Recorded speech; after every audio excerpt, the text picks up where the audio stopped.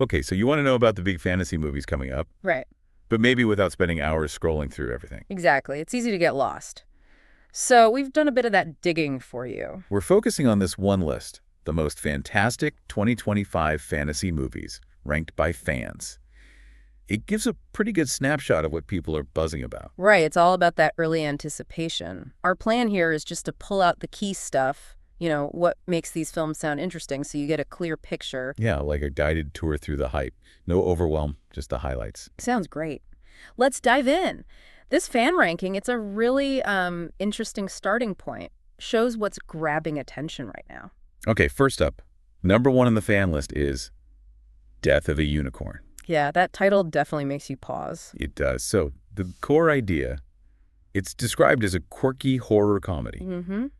About a father and daughter, they accidentally hit and kill a unicorn. Oh, wow. Okay. And then, they have to deal with its parents, who are understandably not happy. Unicorn parents. Mm-hmm. And it's Paul Rudd and Jenna Ortega as the father-daughter. That's the pairing, yeah.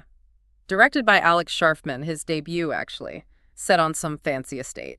And they're calling it a mix of satire and a splattery creature feature. What does that even mean, practically? Well, I think it means they're messing with the whole pure unicorn thing, turning it into horror, but funny horror, maybe. Like dark humor. Probably. And splattery creature feature usually hints at, some practical gore effects, maybe over-the-top stuff. So fantasy, but make it bloody and kind of funny. Okay, that sounds unique.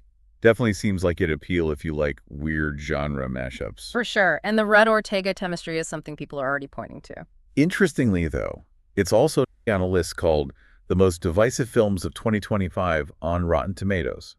Ah, okay. Well, that's not super surprising, is it? Why do you say that? Just that when you do something that different, mixing horror and comedy with, unicorns, some people will love it, others might just find it jarring. Yeah, the tone could be tricky to nail. Exactly. It splits the audience. Suggests it's not playing it safe. Makes sense.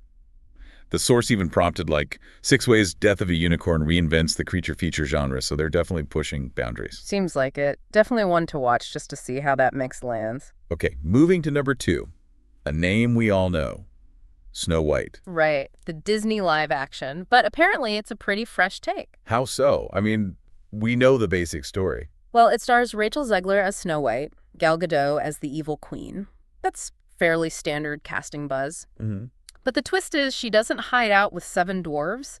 It's 7 magical beings.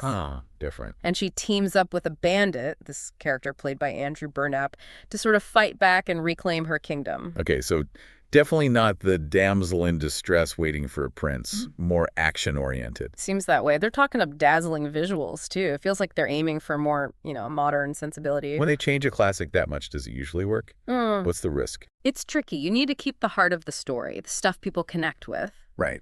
But the changes need to feel like they add something, not just change for change's sake. If it just feels like ticking boxes, audiences can smell that. Visuals help, but the story's got to land. And this one's also popping up elsewhere. It's number 7 on a list about potential Disney flops. So a mixed bag of signals there. The flops list suggests maybe some skepticism about this particular reimagining. Could be the changes. Could be casting backlash we've seen online. Yeah, there's definitely talk about that. And being divisive, again, points to those changes probably not sitting well with everyone. People have strong feelings about these classic tales. Very true. It really highlights that tension between nostalgia and wanting something new. Okay, number 3 takes us into animation. The Witcher. Sirens of the Deep. Yes. Expanding the Netflix Witcher world. This one sounds really interesting for fans. It's animated, directed by Kang Hae-chul. What's the story focus? It follows Geralt, naturally. He's looking into attacks on fishermen, Okay. which leads him into dealing with sirens, some royal plotting, magic, standard Witcher fare, but potentially explored differently. Themes of love and betrayal mentioned, too. And animation gives them a lot of freedom, right? Yeah. Especially for the fantastical elements of The Witcher. Absolutely. You can go bigger, maybe more stylized than live action sometimes allows, capture the look of the monsters, the magic. It can be really visually rich. They're calling the animation stunning, so that seems to be a focus. Plus, a deeper dive into the lore. Which is exactly what a lot of fans want. More world building, exploring those complex themes the books and games are known for. Animation can handle mature stuff really well. It seems to be landing well in early buzz. It's number 1 on the list comparing Netflix fantasy movies.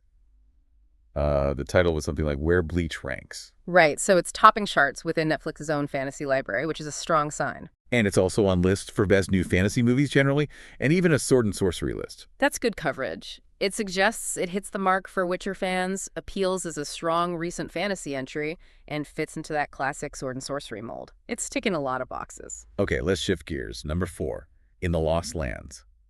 This one has a big name attached. George R.R. Martin, yep. So expectations are immediately high and probably dark. Probably. It's based on one of his stories, directed by Paul W.S. Anderson.